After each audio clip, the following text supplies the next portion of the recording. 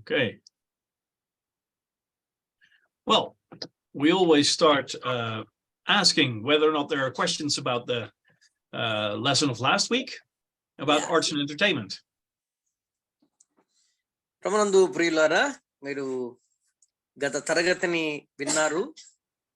Entertainment అనేటువంటి అంశంలో నుండి మీకు ఏమైనా అనుమానాలు ఉంటే మమ్మల్ని అడగవచ్చు.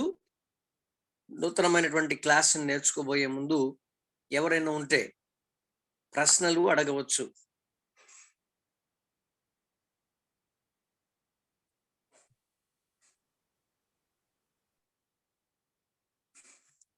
If not, we will continue with education, science and education. Yes.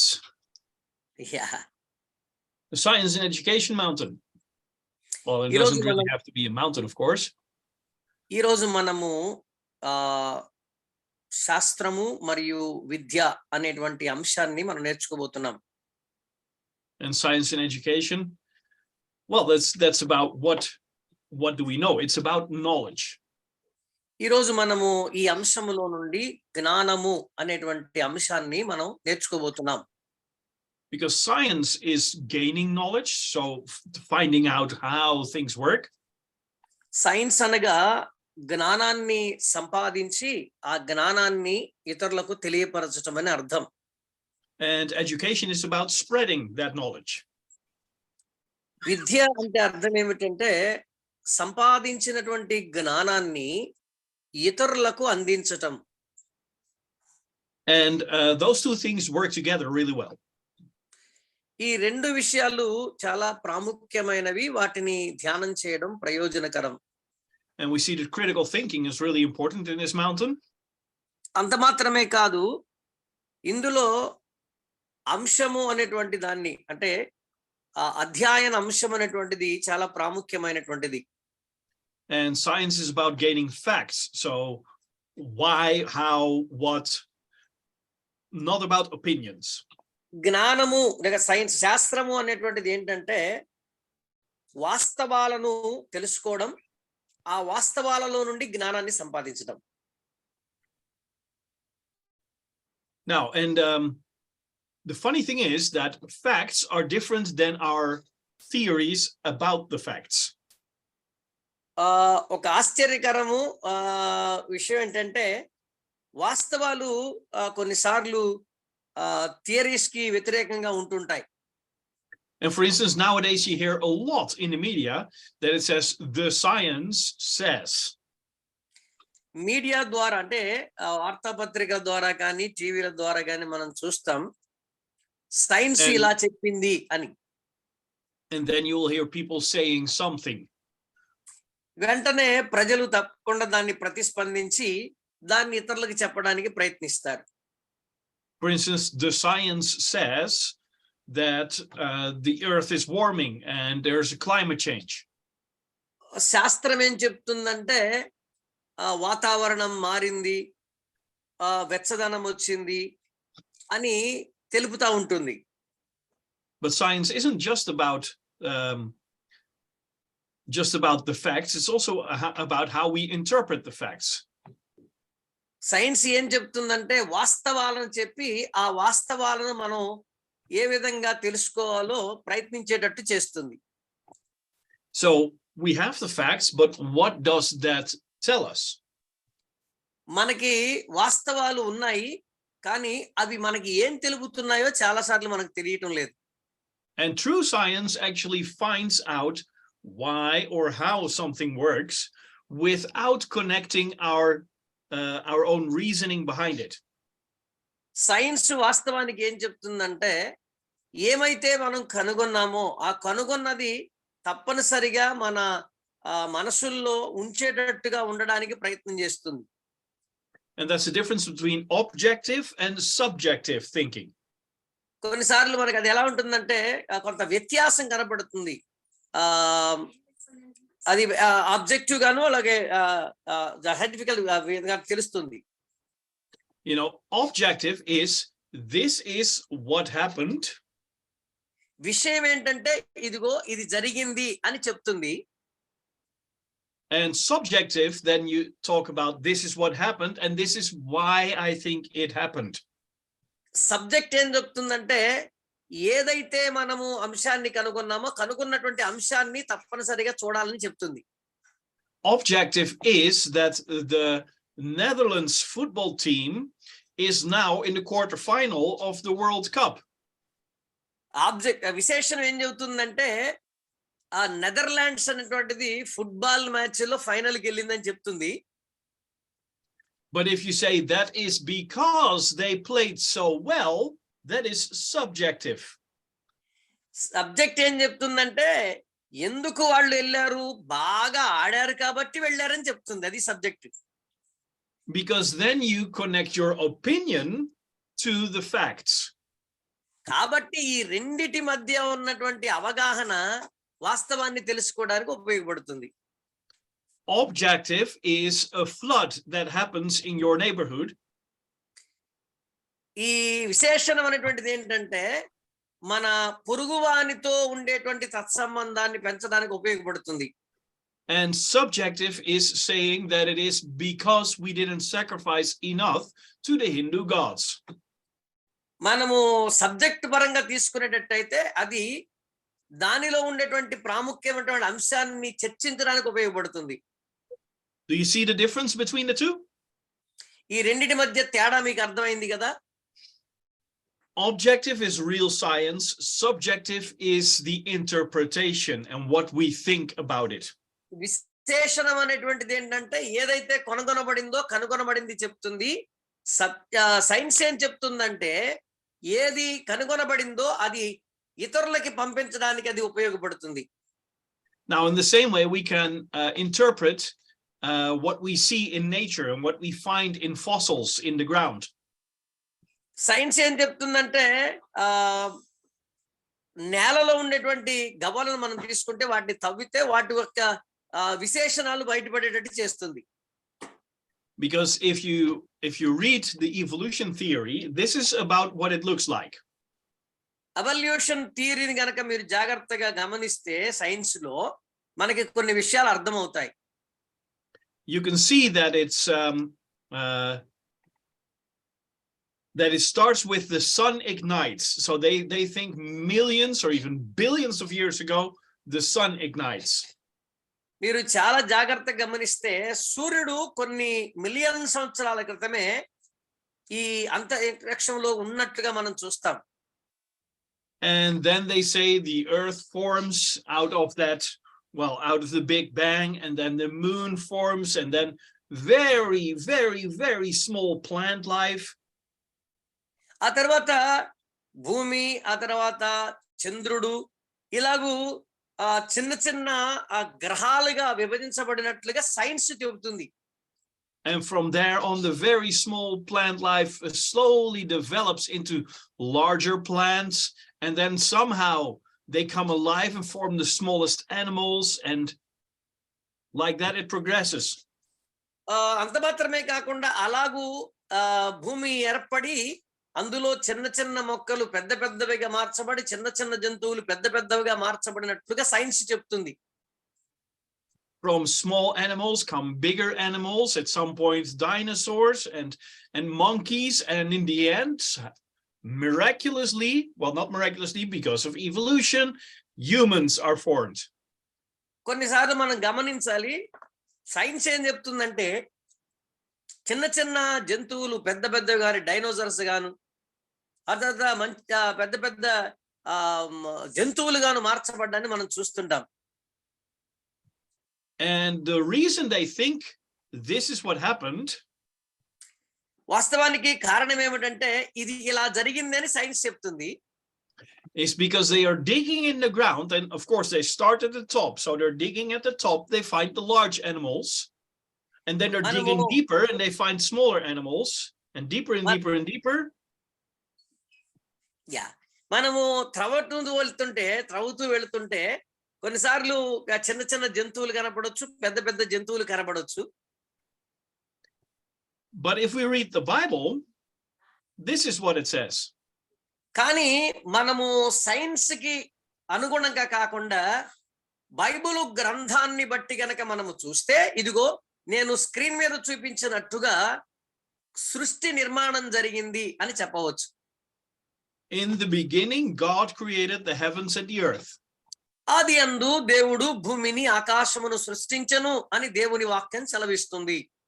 And then in the first 3 days, he creates the creation. మొదటి 3 దినాలు ఆయన సృష్టి నిర్మాణంలో ఏమి చేశాడో ఇక్కడ కనబడతా ఉంది. Like he divides the water from the land and he places plants and trees and things like that. మనము ఈ భాగములో మనం గమనించినట్లయితే ఆయన వెలుగును ఆ తర్వాత చీకటిని వేరు చేసి రాత్రి పగలుకు చేసి ఆ తర్వాత వెలుగును కలిగించినట్లుగా మనం చూస్తాం. And then the last days he creates the animals and humans. ఆఖరి దినాల్లో మనం గమనించినట్లయితే ఆయన జంతువులను జలరాశులను ఆయన నిర్మించినట్లుగా మనం చూడగలం. And now if you put these two next to each other, this is what it looks like. మనము చాలా జాగ్రత్తగా వీటిని మనం గమనిస్తే మనకు అర్థమవుతుంది. And you can see that evolution tells you that first there were animals living in the water, and then there were animals living in the air, then there were animals living on land. ఇక్కడ మనం గమనించినట్లయితే ఇటు ప్రక్కన ఉన్నటువంటి భాగములో భూమి నిర్మాణం తర్వాత ఆ నిర్మాణానికి సంబంధించినటువంటి ఏమేమైతే నిర్మించబడ్డావి కనబడతాయి. కానీ ఈ ప్రక్కన మనం గమనిస్తే దేవుడు ఎలాగో వాటిని ఏర్పాటు చేశాడో కనబడుతుంది. And as the last things, according to the evolution, there were humans. మనమందరము చాలా జాగ్రత్తగా గమనిస్తే చివరిగా దేవుడు మానవులను సృష్టించినట్లుగా ఈ భాగంలో మనకు కనబడుతుంది. But if you read the Bible in creation, first the earth is created, then the plants, then the fish, then the birds, then the land animals, and last humans.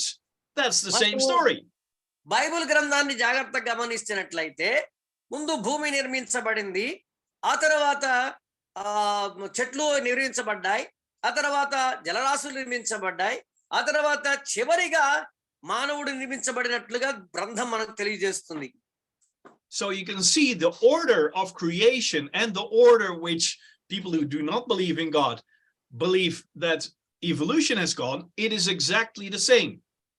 మనము చాలా జాగ్రత్తగా గమనిస్తే సైన్స్ ఏమైతే చెప్పబడిందో ఆ అంశాలు ఎలాగైతే నిర్మించబడాయని చెప్పిందో బైబిల్ గ్రంథం కూడా అలాగే నిర్మించబడినట్లుగా మనం చూస్తాం. And why do you think that we have two different people groups, the scientists who do not believe in God and the Christians, both explaining the same story in a different way? మనము science ని గమనించినప్పుడు science దేవుని యందు విశ్వాసం ఉంచినట్టుగా కనబడదు, కానీ దేవుని వాక్యం మాత్రం ఎలాగో సృష్టి నిర్మించబడిందో తేటగా తెలియపరుస్తా ఉంది. Now why is this?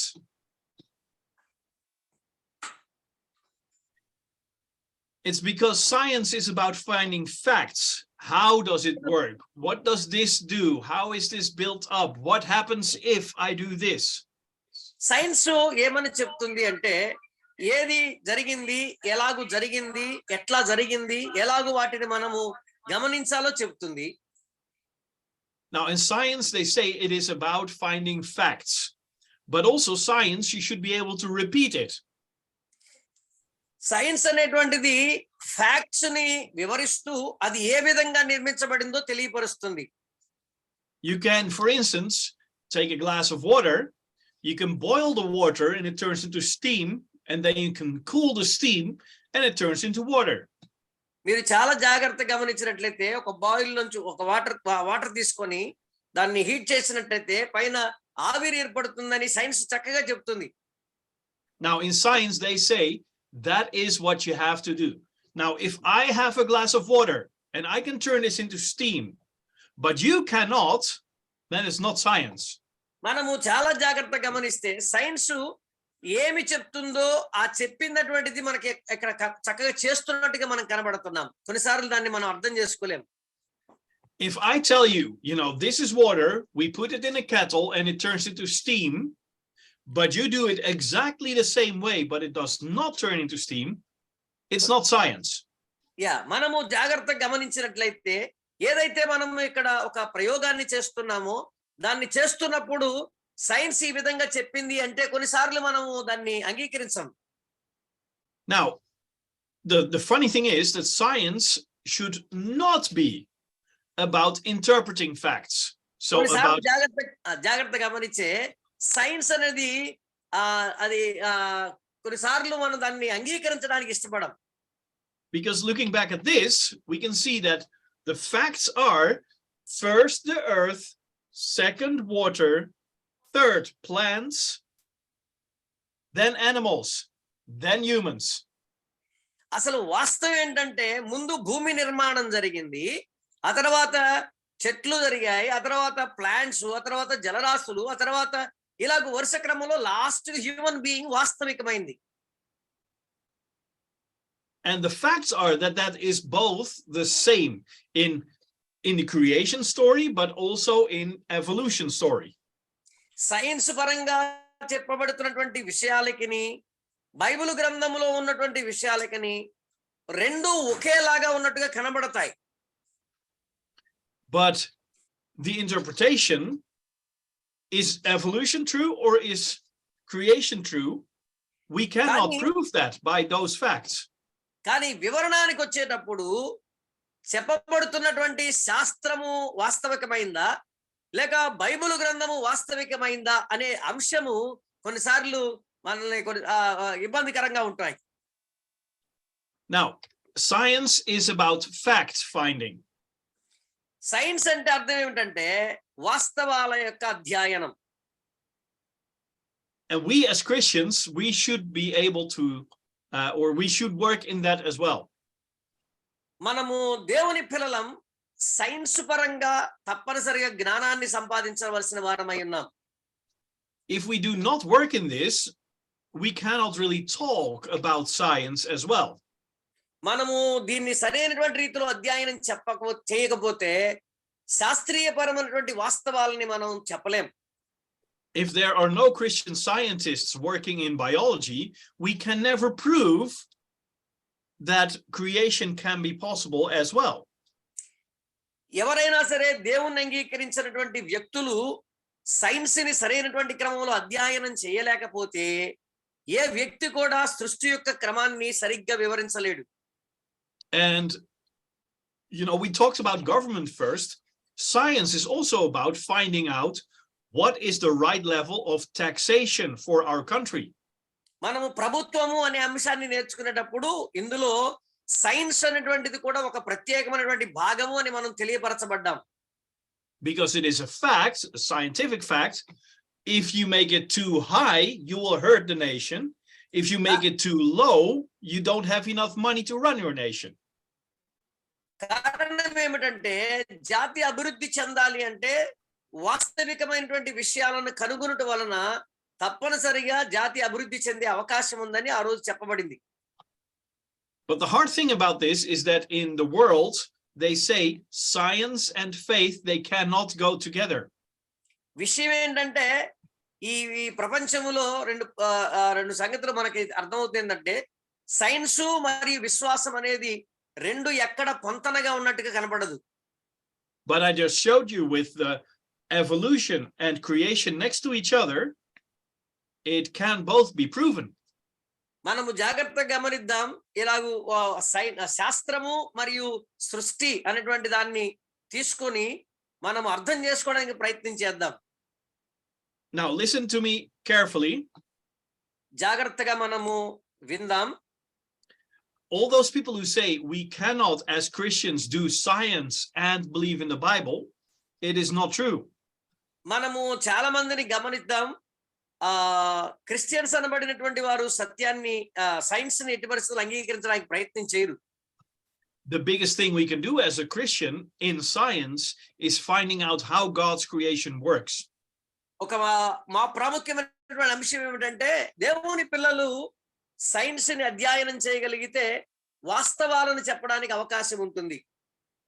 But our perspective is different because we look at it as in this is God's creation and we need to take good care of it. కారణం ఏమిటంటే మన ఆలోచన వేరు, మన విధానాలు వేరు. దేవుడే ఈ సృష్టిని నిర్మించాడు అన్నది వాస్తవమని మన హృదయాల్లో ఉంది. Now, if we want to take good care of it, we need to know how it works. And that's why we do science. మనము శాస్త్రాన్ని చాలా జాగ్రత్తగా అధ్యయనం చేయగలిగితే ఫ్యాక్ట్స్ వాస్తవాలైనటువంటి ఏమిటో చెప్పడానికి మనకి అవకాశం దొరుకుతుంది. Now I want to show you what Darwin said about evolution. నేను మీకు డార్విన్ సిద్ధాంతాన్ని చూపించాలని నేను ఇష్టపడుతున్నాను.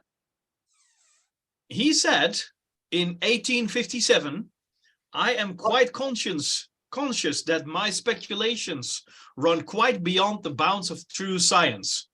1857లో డార్విన్ చెప్పినటువంటి విషయం ఏమిటంటే, నేను ఒక ప్రత్యేకమైనటువంటి విషయాన్ని అధ్యయనం చేశాను, అది శాస్త్రీయపరమైనటువంటి అధ్యాయము అని చెప్పాడు. So he himself said, what I am doing now is interpreting facts and it is not true science. వాస్తవానికి నేను చెప్తున్నటువంటి అంశము అనేటువంటిది శాస్త్రీయపరమైనది, వాస్తవా కాదా అనేటువంటిది అది వేరే అంశం అని చెప్పాడు. And I just told you as well, true science you have to be able to repeat. If I can boil this water and you cannot, I have not done science. నేను జ్ఞాపకం చేస్తున్నాను మరొకసారి, నా దగ్గర ఒక బౌల్ వాటర్ ఉంది, నీ దగ్గర లేదు, అది సైన్స్ అని చెప్పం. So in the same way, we cannot prove that evolution is true because it cannot be repeated. అదే విధంగా చెప్పబడినటువంటి అంశం అనేటువంటిది సత్యము అని మనము దాన్ని నిర్ధారణ చేయలేం. It's even worse because when we try to change animals, what happens is it always goes down. మనము ఒక విషయాన్ని అంటే జంతువులు అనేవి మార్పు చెందుతున్నాయి అనేటువంటి విషయాన్ని మనం అధ్యయనం చేయడానికి ప్రయత్నిస్తే కొన్నిసార్లు మనము పూర్తిగా చేయలేకపోతాం.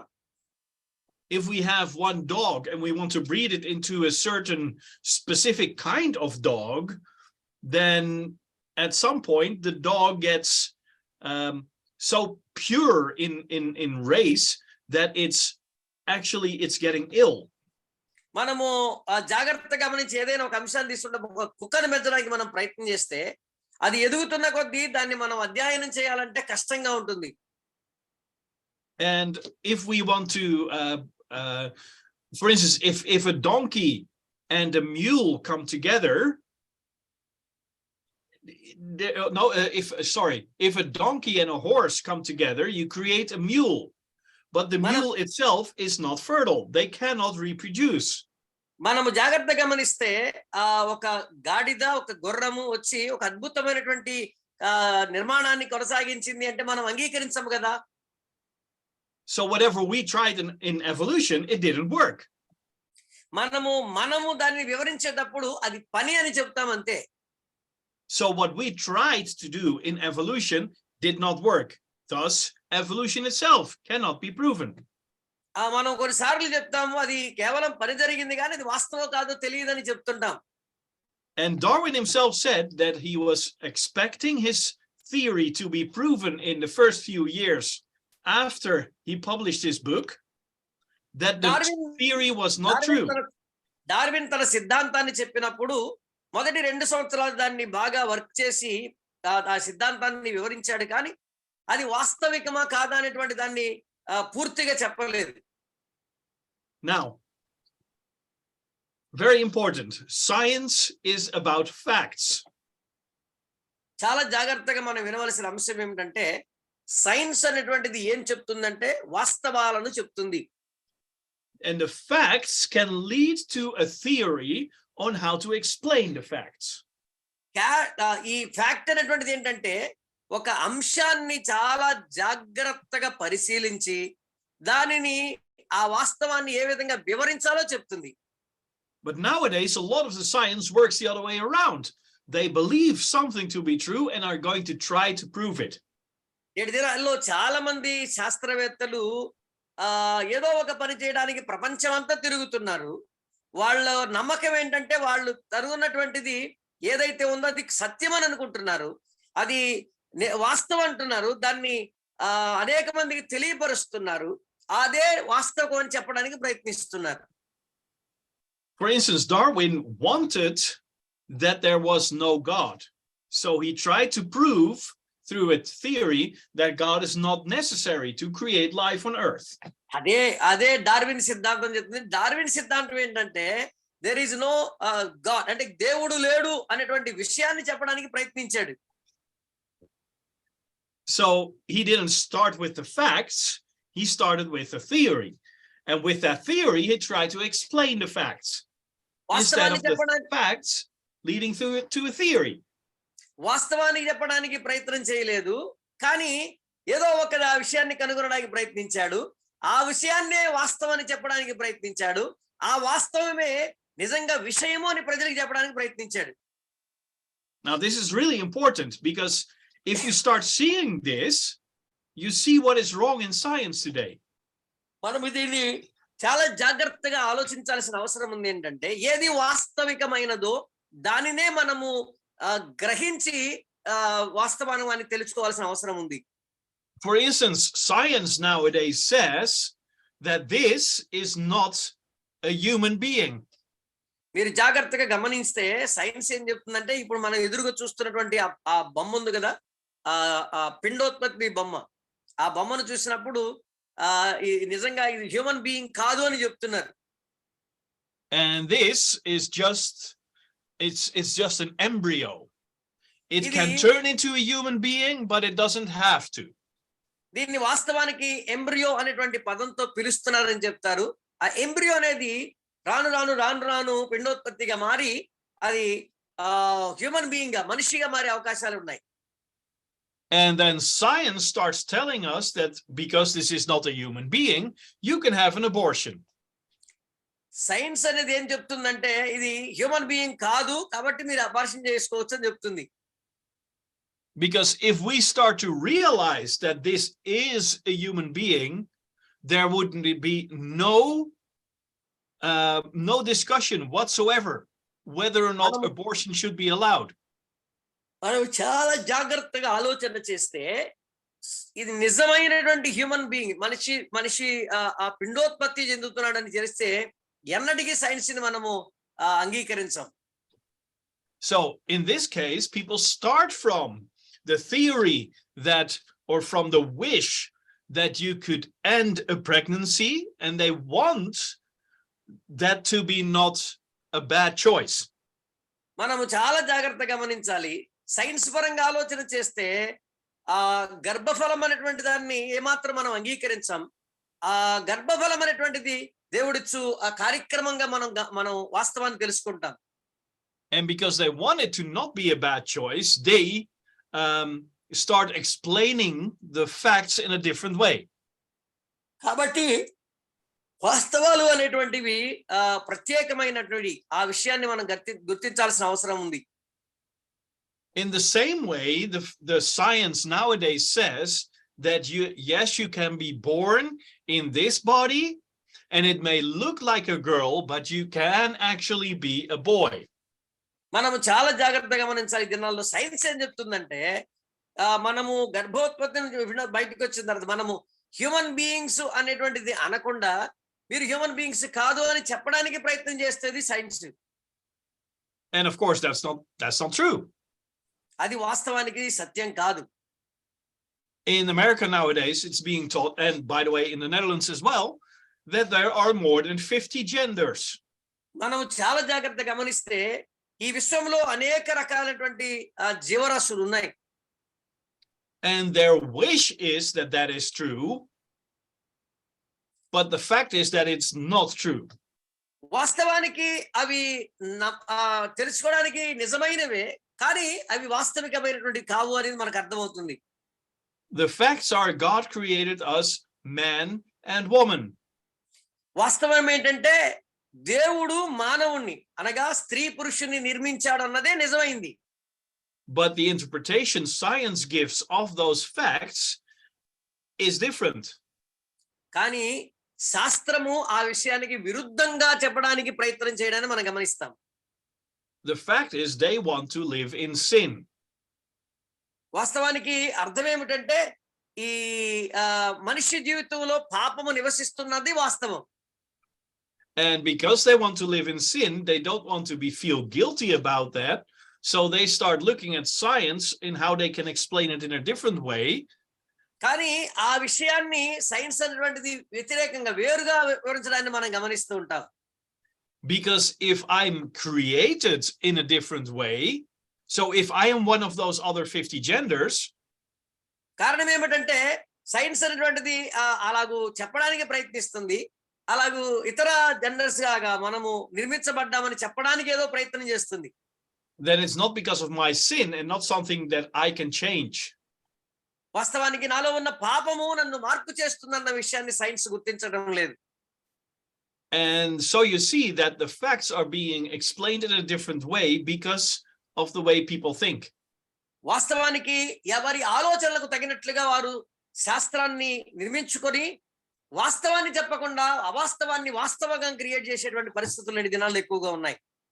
Now, and also scientific research into political theory. శాస్త్రీయపరమైనటువంటి దినాన్ని మనం ఆలోచన చేస్తే రకరకాల ప్రయోగాత్మకమైనటువంటి విధానాలు జరుగుతుండని మనం గమనిస్తున్నాం. The facts should tell you that we should not try Marxism in any country anymore.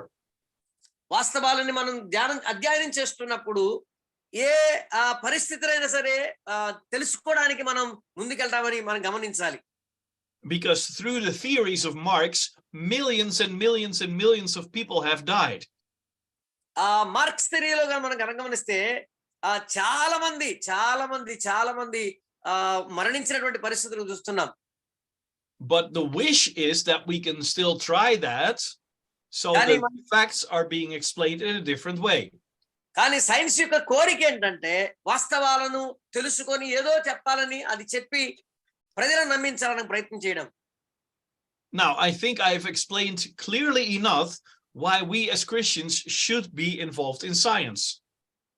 నేను మీకు తెలియపరిచేది ఏంటంటే ఒక క్రైస్తవ సోదర సహోదరులుగా ఏ విధంగా మనము శాస్త్రీయపరమైనటువంటి జ్ఞానాన్ని సంపాదించుకొని ముందుకెళ్లాలో నేను మీకు తెలియజేస్తా ఉన్నాను ఈ విషయాన్ని బట్టి. Because what does the Bible say about truth?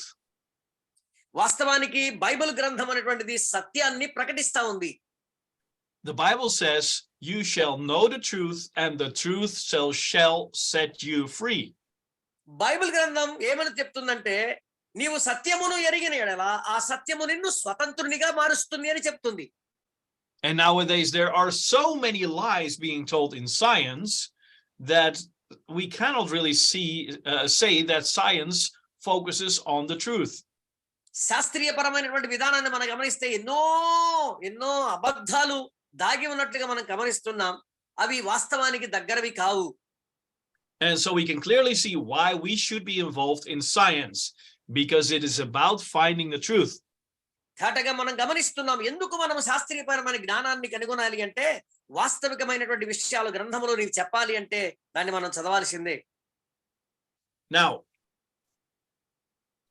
once we find the facts, we need to teach them as well. ఒక్కసారి గనక మనం శాస్త్రాన్ని అధ్యయనం చేస్తే వాటిని బోధించడం పెద్ద కష్టమైన పని ఏం కాదు. Now, as we said before, facts are an order in which the things on earth have existed. అంత మాత్రమే కాదు వాస్తవాలను మనం అధ్యయనం చేయగలిగితే వేటిని బట్టి వాటిని మనం అధ్యయనం చేయాలో అంటే భూమి మీద ఉన్నటువంటి విషయాలు లేక జంతువులు లేక మనుషులు ఏ విధంగా భూమి మీదకి వచ్చారో మనకు అర్థమవుతుంది. So in the facts that we find that are scientifically and true, now we need to have a good way to tell about those facts and to teach them to our children. ఒకవేళ శాస్త్రీయపరమైనటువంటి సత్యం అనేది వాస్తవికమైతే అది ఖచ్చితంగా మనము ఇతరులకు చెప్పే అవకాశం ఉంది. మన తర్వాత ఉన్నటువంటి తరానికి చెప్పే అవకాశాలు ఉంటాయి. Now, education is about that. తదుపరి మనము నేర్చుకోవాల్సిన అంశం ఏమిటంటే విద్య అనేటువంటి అంశం. The purpose of education should be instruction on how God fits into our worldview. విద్య యొక్క ముఖ్యమైనటువంటి ఉద్దేశం ఏమిటంటే ఏ విధంగా దేవుడు ఈ భూమి మీద లేక భూమి మీద ఆయన ఆ రాగలిగాడో ఆ సత్యాన్ని తెలిసి అవసరం మన విద్య అనేటువంటి అవసరం. Now, and what this area needs is pastors and teachers. ఇది ఖచ్చితంగా అవసరమైనటువంటిది. ఇది ఖచ్చితంగా పాస్టర్స్ కి అలాగే టీచర్స్ కి చాలా అవసరమైంది. Pastors who love the children and they want to take good care of them, help them if they are in trouble. కారణం ఏమిటంటే పాస్టర్స్ అనేవాళ్ళు తప్పనిసరిగా నీతి సూత్రాలను తెలియపరచవలసిన వారై ఉన్నారు, సమస్యలను వివరించవలసిన వారై వినాల్సిన వారై ఉన్నారు. అంత మాత్రమే కాదు, పిల్లల్ని సరైన రీతిలో పెంచవలసిన వారై ఉన్నారు. And we also need teachers, not just to teach the children, but also to write good curriculums so other people can teach it as well. అంత మాత్రమే కాదు, ఉపాధ్యాయులు అనేవారు కేవలం ఉపాధ్యాయ వృత్తిని మాత్రమే చేస్తారు. అంతేకాదు అనేక రకాలైనటువంటి కరికులం ప్రకారం లేక ప్రణాళిక ప్రకారం పిల్లలకి బోధిస్తుంటారు. So, and going on from there, what we need to teach is the truth. అంత మాత్రమే కాదు, మనం ఏమైతే చెప్పడానికి సిద్ధపడ్డామో ఆ సిద్ధపడిన దాన్ని సత్యమని చెప్పడానికి ప్రయత్నం చేయాలి. What is being taught at the moment in the West is this. మనం చాలా జాగ్రత్తగా గమనిస్తే విద్యలో అనేటువంటి అంశాన్ని ఈ విధంగా మనం చూడవచ్చు. That gay marriage is okay. ఈ దినాల్లో పాఠశాలల్లో ఏమి బోధిస్తున్నారో మనకి ఇక్కడ మనం చూస్తా ఉన్నాం. That abortion is okay. మనము చాలా జాగ్రత్తగా వినాల్సిన అవసరం ఉంది. అదేంటంటే వివాహము ఆ తర్వాత అబార్షన్ అనేటువంటి వాటిని మనం జాగ్రత్తగా వాళ్ళకి తెలియపరచాలి. That God isn't real. ఈ రోజు ఎలా ఉంటుందంటే దేవుడు వాస్తవికం కాదని మనం బోధిస్తున్నాం. Yeah, socialism or communism, Marxism, Maoism, whatever you want to call it, that it is a good theory. ఏదైతే మనము సమాజానికి వ్యతిరేకమైనటువంటి ఉంటాయో వాటినే మంచివని బోధిస్తున్నాం. The Bible is dangerous. అంత మాత్రమే కాదు, బైబిల్ గ్రంథం అనేటువంటిది చాలా ప్రమాదకరమైందని బోధిస్తున్నాం. And the family, so mom, dad, and children, is not necessary for the health of people. కుటుంబ వ్యవస్థ అనేటువంటిది అది నెససరీ కాదు, అది కరెక్ట్ కాదని బోధిస్తున్నాం. But instead what we should be teaching is that the marriage is God's design. కానీ మనము బోధించవలసినటువంటి సత్యం ఏమిటంటే మనం దేవుని సేవకులుగా దేవుని పిల్లలుగా వివాహం అనేటువంటి దేవుని యొక్క ప్రణాళికని మనం గుర్తించాలి. And it is the only healthy way in which a husband and a wife can live together and raise a family well. కుటుంబ వ్యవస్థకు అది కేవలం ఒక ప్రత్యేకమైన మార్గము అని గుర్తించాలి.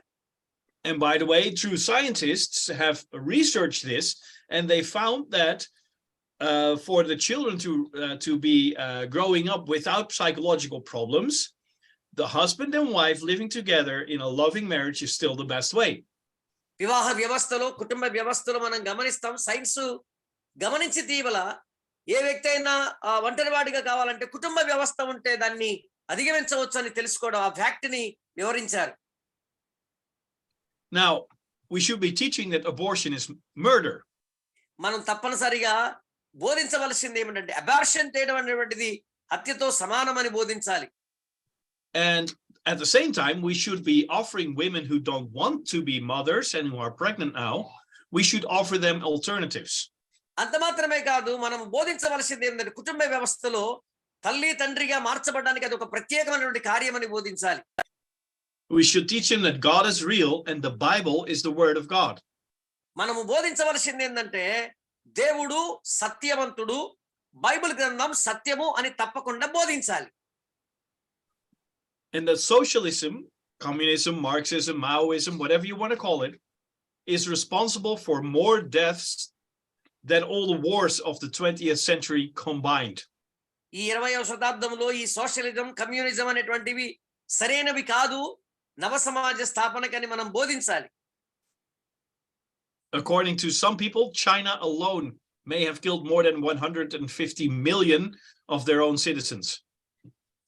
సుమారుగా మనం చైనాలో చూస్తున్నాం 150 మిలియన్ల కంటే ఎక్కువ మంది పౌరులు కలిగినటువంటి దేశం అది. And these are just facts. Research has shown this. అంత మాత్రమే కాదు, మనం వాస్తవాలను అధ్యయనం చేసి మరీ చెప్పాలి. And it is important that we teach this, so people after us will not try these theories again. మనము సైంటిఫికల్ గా అంటే శాస్త్రీయపరమైనటువంటి జ్ఞానాన్ని సంపాదించి దానిని సరి అయినటువంటి రీతిలో మనం విద్యాభ్యాసం ద్వారా అనేకులకు బోధించవలసిన అవసరం ఉంది. Now, and what we really have to be really good in is we have to be honest. అంత మాత్రమే కాదు, మనము ఏదైతే నిజాయితీగా మనము పాటించవలసినవి ఉన్నాయో వాటిని ఖచ్చితంగా మనం తెలుసుకోవాల్సిన అవసరం ఉంది. We can tell the world, and we can look at the world and tell them, you are not being honest. These are not the facts. మనము తప్పనిసరిగా ప్రపంచానికి అందించవలసిన వారమై ఉన్నాం. ఏది వాస్తవమో ఏది అవాస్తవమో నిజాయితీగా. But if we start doing the same thing, we will lose all credibility. No one will believe us anymore. మనము శాస్త్రము అనేటువంటిది తప్పనిసరిగా ఇది ఒక ప్రత్యేకమైనటువంటిది. దాన్ని అధ్యయనం చేసి నిజాన్ని బయటపెట్టేటువంటి వారిగా మనం ఉండాలి. Honesty is the most important thing in this mountain. నిజాయితీ అనేది ఈ అంశంలో ఒక ముఖ్యమైనటువంటి ప్రక్రియగా నేను జ్ఞాపకం చేయబోతా ఉన్నాను. We have to make sure that we find and teach the facts first. ముందు మనము ఏ అంశమునైనా సరే కనుగొని అధ్యయనం చేసి ఆ వాస్తవాన్ని చెప్పాలి. And when we do that, theories may follow that. అది చేయడమా లేక దాన్ని అనుసరించడమా చెప్పాలి. Now, today is a little bit of a shorter lesson because we are now at questions. ఈ అంశములో ఈ విధమైనటువంటి ప్రశ్నలు నేను మిమ్మల్ని అడగాలని అనుకుంటున్నాను. And the questions are, why should we be involved in science? ఎందుకని మనము శాస్త్రీయపరమైన విద్యాపరమైనటువంటి అంశములోనికి మనం వెళ్ళకూడదు? And how can we help the people that are in science at the moment? How can we help those? మనము శాస్త్రీయపరమైనటువంటి జ్ఞానాన్ని అభివృద్ధి పొందించడానికి మనం ఏదైనా కార్యాలు చేస్తున్నామా లేదా?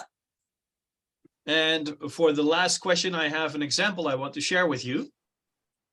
నేను ఒక క్వశ్చన్ చెప్పి నేను మీకు ముగించడానికి ఇష్టపడుతున్నాను. Years ago, there was or he is still alive, but there was a Christian in the Netherlands who worked on biology. కొన్ని సంవత్సరాల క్రితం నెదర్లాండ్స్ లో జరిగిన విషయం. ఒక క్రైస్తవుడు బయాలజీ అనేటువంటి అంశం మీద అధ్యయనం చేస్తున్నాడు. He really believed in God. వాస్తవానికి దేవుని యందు విశ్వాసం ఉంచిన వాడు. And he was also doing science. కానీ శాస్త్రీయపరమైనటువంటి పరిజ్ఞానాన్ని సంపాదించాలన్న ఆసక్తి కలిగిన వాడు. And at some point he wrote a book about intelligent design. ఆయన ఒక పుస్తకాన్ని కూడా రాశాడు. అదేంటంటే ఆ జ్ఞానవంతమైనటువంటి ప్రక్రియ ఏ విధంగా కొనసాగుతుందో రాశాడు. And in it he wrote that everything in creation points to there is someone intelligent who has designed all this. Otherwise it can never work together as perfectly as it does on this earth. ఆయన రాసినటువంటి పుస్తకములో ఈ సృష్టిలో నిర్మాణం అనేటువంటి ఒక అద్భుతమైనటువంటి నిర్మాణము, ఒక అద్భుతమైనటువంటి వ్యక్తి దీన్ని నిర్మించాడు అని రాసుకుంటూ వచ్చాడు. And he wrote that book, and it was a bestseller among Christians because it basically proved from one of the top scientists that there is God. ఆ పుస్తకం అనేది క్రైస్తవ ప్రపంచంలో చాలా బాగా అమ్ముడుపోయిన పుస్తకం. ఆ వాస్తవాలు కూడా అందులో వివరించడం జరిగింది. But then later on he wrote another book in which he stated that he was not so sure about that anymore, and he tended to believe that maybe evolution was true. వాస్తవానికి ఆయన తరువాత రాసినటువంటి పుస్తకంలో బహుశా అది వాస్తవం అవ్వచ్చు కావచ్చు అనేటువంటి మాటను జ్ఞాపకం చేశాడు. And a lot of Christians and a lot of pastors started talking badly about him and started telling him that he was lying. ఎప్పుడైతే ఆ విషయాన్ని చదివారో అనేక మంది పాస్టర్స్ జ్ఞానవంతులు అందరూ కూడా అతను ఒక అబద్ధికుడు అని చెప్పారు. They wrote and published articles about him that he was not telling the truth anymore and that he could not be Christian if he was researching this. వాస్తవానికి వాళ్ళు ఏమి చెప్పారంటే ఇతను సరైనటువంటి క్రైస్తవుడు కాదు, ఇతని మాటలు నమ్మడానికి వీల్లేదని ఎన్నో పత్రికలు కూడా రాసినటువంటి పరిస్థితులు వచ్చాయి. But at some point I met him. వాస్తవానికి ఇంకొక విషయం ఏంటంటే ఆశ్చర్యంగా నేను అతను కలుసుకున్నాను. And I told him, I do not agree with you. నేనేమో చెప్పానంటే నేను ఎట్టి పరిస్థితుల్లో నీతో సమ్మతించను అని చెప్పాను. But I bless you. కానీ నేను నిన్ను ఆశీర్వదిస్తానని చెప్పాను. Because you are doing scientific research. And as long as you are being honest to yourself and to God, I am convinced you will find out the truth.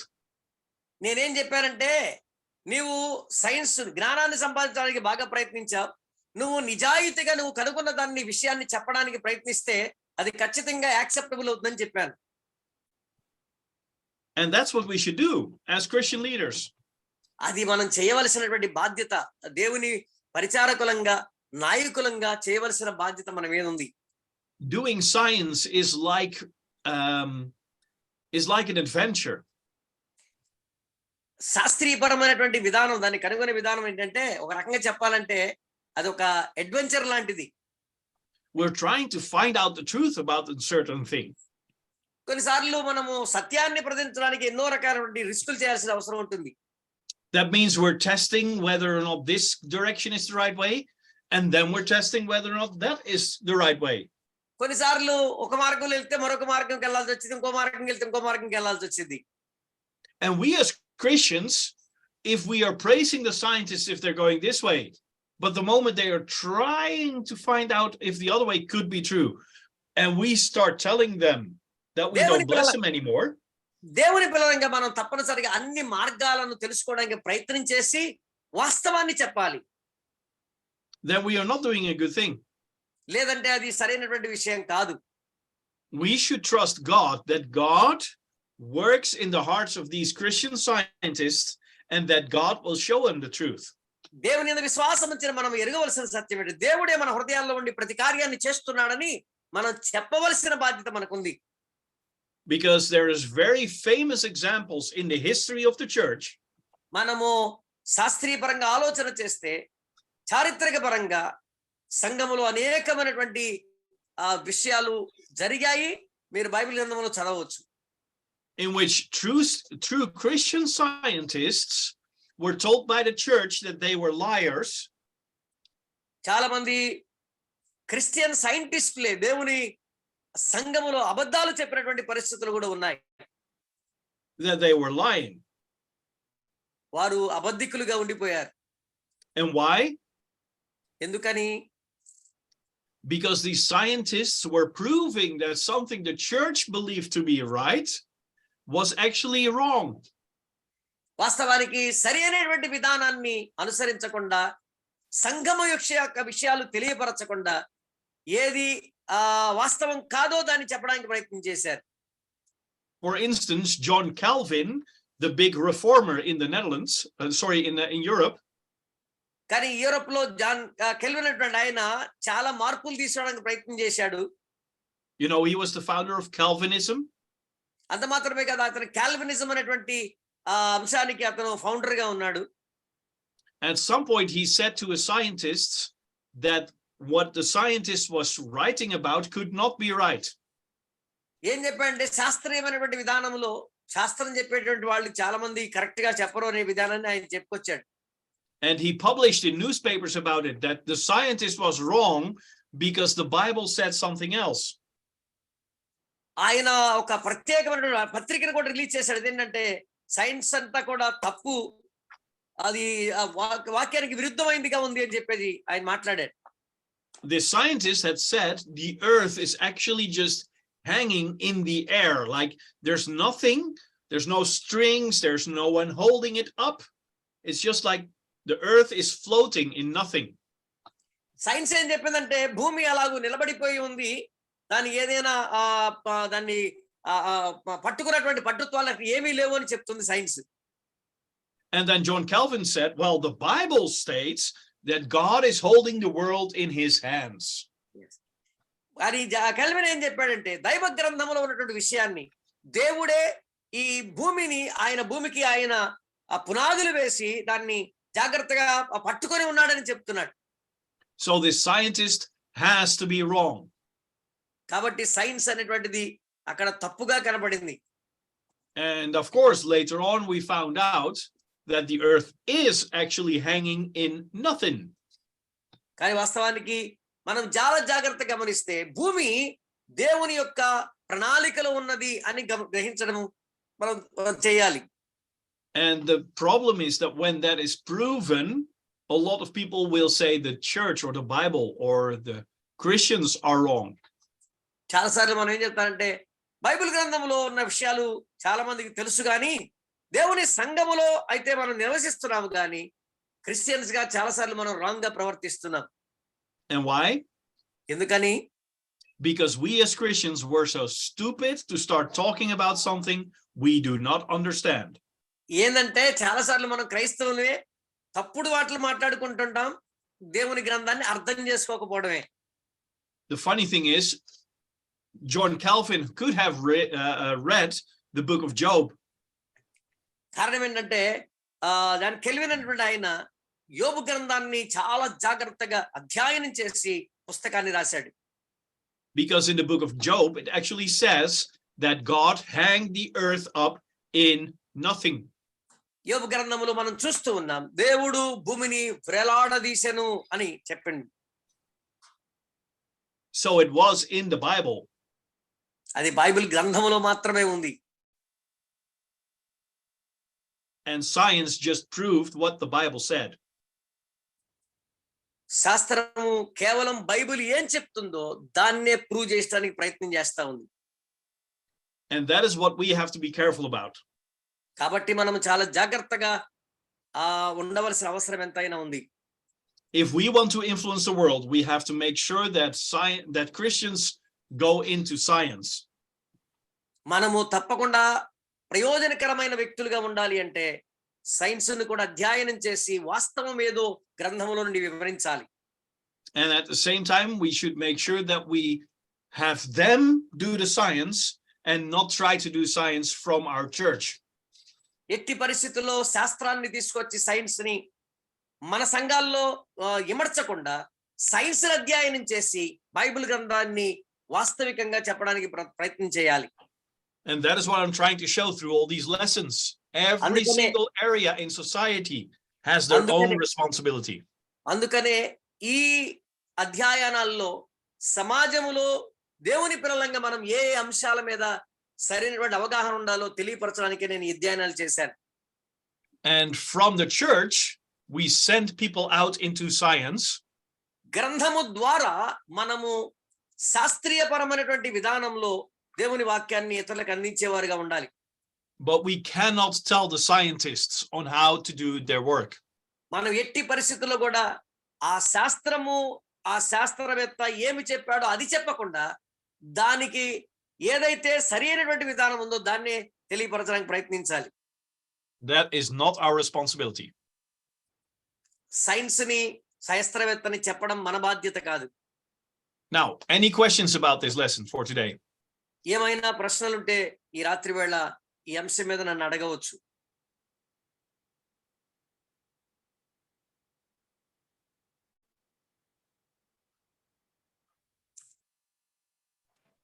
If there are no questions, then we'll no more just questions. I think it's a wonderful topic today. Good. I think that there's a lot of misunderstanding about this topic as well. Yes, actually some of the people are not having the right understanding about the science and education. Yep. To involve into the biblical studies. Yep, definitely. Yeah. So, that's why they misunderstood. Yes. So next week we have the second to last class, and next week we'll be talking about the church. Yes. About the religion mountain. Yes. ఆఖరిగా మనము సంఘం అనేటువంటి అంశాన్ని మనం నేర్చుకోబోతున్నాం. I hope to see you all there. తప్పకుండా మరొక క్లాస్కి నేను ఉంటానని నమ్మకంతో ఈ మాటలు చెప్తున్నాను. And for now, let's just say goodbye. Bless you. Have a good weekend. మీ అందరికీ ప్రేమ వందనాలు తెలియజేస్తూ ముగిస్తా ఉన్నాను. And we'll see you next week. మనందరం వచ్చే వారం కలుసుకుందాం. Thank you so much.